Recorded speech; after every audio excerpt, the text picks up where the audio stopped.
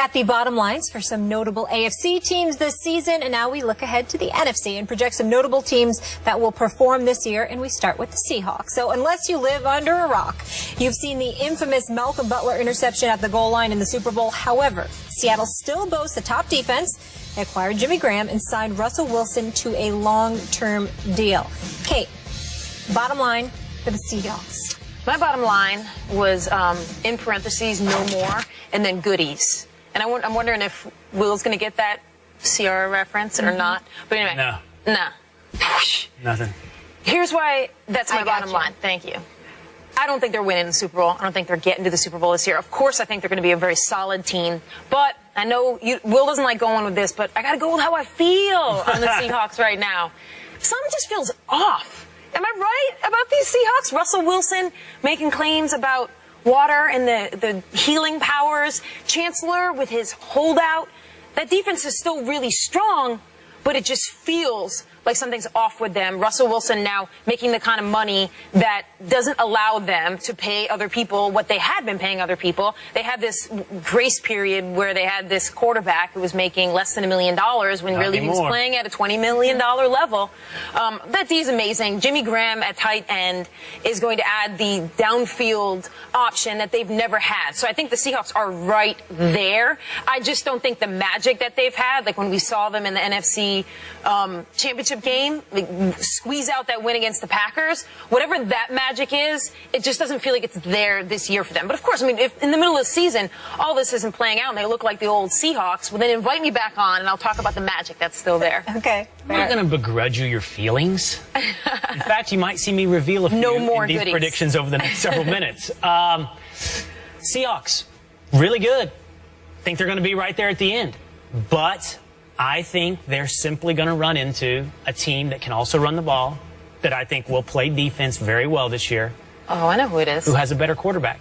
I know that team. And so I think that the Seahawks find themselves in the NFC Championship games, but as the losers. Does my little plug say exactly who it is, I think? I hope not. Oh, see, you can't tease it. Mm-hmm. See, that's who they run into. I knew anyway. I just knew intrinsically, inherently. And there might be a little feeling in that for me. There's a little heart in that pick. Right. All right, let's move on, and we go to the East here and begin in Philly. Chip Kelly and the Eagles again looking to run a fast-paced offense with some new pieces. Sam Bradford replaces Nick Foles, and DeMarco Murray replaces LaShawn McCoy. So what is the bottom line for Chip's Eagles, Will? Overhyped, but going to the playoffs. Man, they feel like a hot tech stock. Everybody's on it.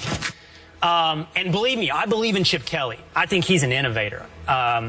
I am a Cowboy fan, so again, I don't willingly give these bouquets. I don't willingly give these compliments, but I really like Chip Kelly. I like that he goes against the grain. I like that he's innovating in one of the most least innovative industries in America, professional football. But I also think too many people are jumping on him right now. And I have this stat right here I heard Mike and Mike talking about the other morning. Lowest time of possession. Eagles had the lowest in the league. Let me just tell you who else was around them. Jags, Bucks, Titans, Browns, Raiders. Those were some of the worst scoring offenses and worst teams in the NFL who held the ball a little bit longer than the Eagles. I think when you make it to the playoffs, you run into teams that can run the ball, play good defense, and play keep away with you. And you just have a hard time getting into rhythm. And I think it's what happens to the Eagles in the playoffs. Somebody plays keep away, and they can't run that offensive up and down the field if you don't have the ball. Yeah.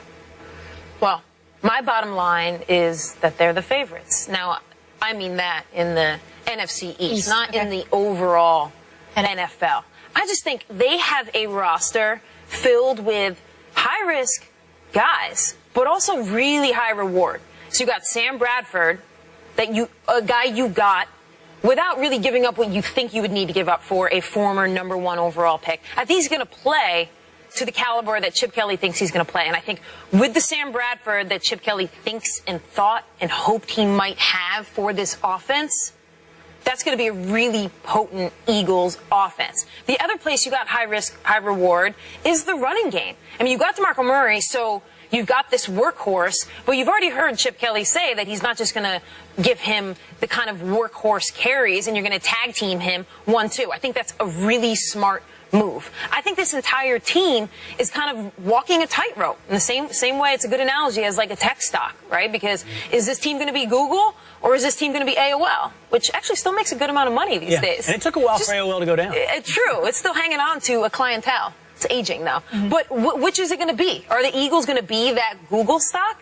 I do think this year they're going to prove that they're going to be trending upward. Does Tebow make the team? Yes. Yes. Cool. Skip, I hope you heard that. Sticking with the East, and speaking of Skip, America's team, the Cowboys are one of the favorites in the NFC with an offense led by Tony Romo and Des Bryant. Sean Lee returns to anchor the defense. What is the bottom line for the Cowboys, Kate? I love that I go first here. And I'm so ready. I'm so excited. I know. Do you really hate him? You know, if you asked me that question when I was 12, the answer would be so much different. You've matured now. Yes. I don't hate them. Yeah. When I was 12, I probably... You lost your feeling. I'm teasing. I'm teasing. I know you're a Giants I gained more of, a viewpoint, a bird's eye view now of the situation. But I mean, I'm obviously coming at it from someone who has watched every single New York Football Giant game. So let's take this with a grain of salt. But my bottom line for this team is that there are too many ifs. They gave up DeMarco Murray, or they let him go. They've got a great offensive line, and the if there is that we all believe, and we want to believe, and the Cowboy fans certainly do, that you can put anybody back there. We're going to find out. We're going to find out if you can put just anybody back there. You've got a 35-year-old QB.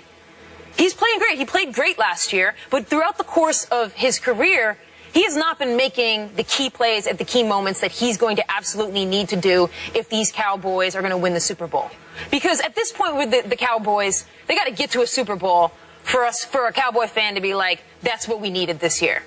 That is true. And it's not like them going 11-5 and losing in the NFC Championship game is not the thing. So what we're talking about when we say too many ifs is not that I think the Cowboys are going to be 8-8. Yeah. Because I don't. I think they're going to be great. But do I think they're going to the Super Bowl? No, I think there are too many ifs on that team. Locally, to your point, expectations are very high. I'm from outside the Dallas area, and you're right. Anything short of at least a Super Bowl appearance would not be considered a success in Dallas. But interestingly, nationally, there's depressed expectations for the Cowboys. There's only one big if, okay? You said there's too many ifs. There's one big if, and it is the running back position. And I refuse to believe that DeMarco Murray is the difference between 9-7 and 12-4. Will the Cowboys be able to replace DeMarco Murray? Probably not. Will they still be great? Yes. They have the best offensive line in the NFL. They have a top 5 quarterback in the NFL. He was flawless last year. And there's no reason to believe he'd be different this year.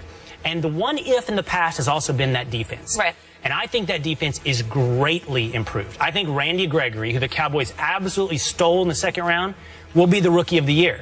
He will have over 10 sacks. He's already been getting sacks racking up this preseason. The Cowboys' defense is much, much better than it was last year. They will get after the quarterback. That was the one thing they couldn't do. That's why they lost to the Packers. They couldn't sack Aaron Rodgers. They'll be able to do it this year. And they'll be the reason that the Seahawks fall in the NFC Championship game. Because simply Romo is too good. I mean, that's another if there. It's Greg Hardy. I mean, he hasn't played a meaningful down in a very, very long time. Greg Hardy, we'll see. But and there's a difference between a drastically improved defense and a Super Bowl caliber defense. My bottom line with the Cowboys is they're Super Bowl champions. I think if you're playing safe bets, they are one of the safest bets. One of two. Them or the Patriots. Safest bets. Wow. Okay, I will remember that. How about we go to the Big Apple, those New York Football Giants. Another disappointing season in 2014 with only 6 wins. Odell Beckham entered his second season after an impressive rookie year. Questions remain on defense, though. Jason Pierre-Paul is expected to report to the Giants after losing a finger in a fireworks accident on 4th of July weekend. What is the bottom line for the G-men? Too many holes.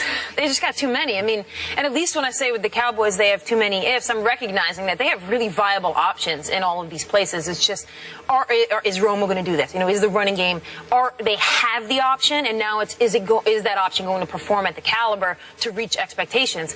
The Giants just have holes, and specifically on defense right now. I mean, we don't know what or who JPP is going to be this year, if he's going to play at any sort of caliber that we've seen in the past. They've got no front 7 to speak of. I don't think any on that front 7 line other than JPP has more than 7 career sacks in any NFL season. You've got a secondary that I'm really questioning. You got you got Victor Cruz with a calf injury, and he's also the 5th option, so it's not even like you can say, we got this electrifying Victor Cruz back, the guy that we saw 2 years ago and 3 years ago who just lit the world on fire.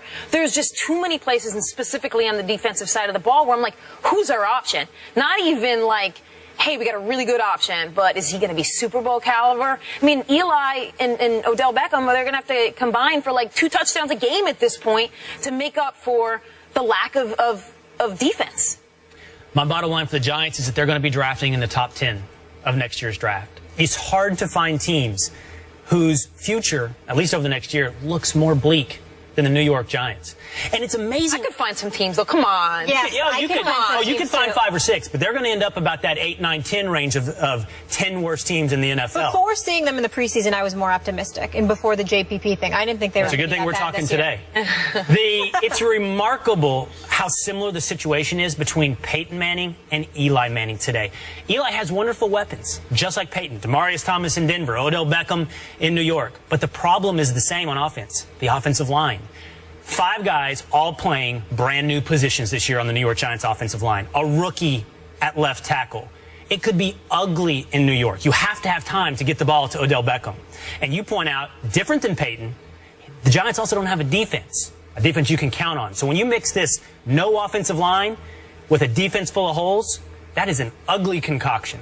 We like Steve ugly. Spagnuolo. Sometimes we Come still on, win Steve. Super Bowls on Come ugly. on, Steve. Right? Work magic on but that Eli defense. has how many rings? Thank you, Molly. Peyton has wait. how many does Peyton have? 1. How many does Tony Romo have? It's like, are we looking forward or backward? It's the future Because episode. forward, I'd say 1 or 2. Take is brought to you by the Gillette Shave Club. Join the club now at GilletteShaveClub.com. And Jim Beam. Make history. Tim Tebow had his final preseason performance last night. He played in the 2nd and 4th quarter and was 11 for 17 passing for 189 yards with 2 touchdowns and 1 interception. But with the cuts looming for the Eagles, have we seen the last of Tebow in the NFL? Kate, we'll start with you. Nope. I think he is their number 3 quarterback. In fact, I think the storyline was coming in was that he had to win the job from Barkley. I actually never thought that. I thought that this was Tebow's job to lose. I thought Chip Kelly brought him in because he wanted Tebow. He wants that flexibility. He wants those options. He wants another guy in a 2-point conversion to run his tricky plays. Tebow fits that mold for him. I think he's an Eagle by the end of the day as well, because I don't think Matt Barkley is your quarterback of the future. So what's your upside with Matt Barkley? You might as well take Tebow, take the upside in the locker room, take the intangibles, keep him around. The question is this, though. If he's not an Eagle by the end of the day, he might just be out of the NFL. Fly Eagle. Is there another team? Does he become the backup and take Sanchez's job? Dun, dun, dun. Assistant Everybody to the have an regional amazing manager. holiday weekend. Thank you so much for hanging with us. We'll see you on Monday.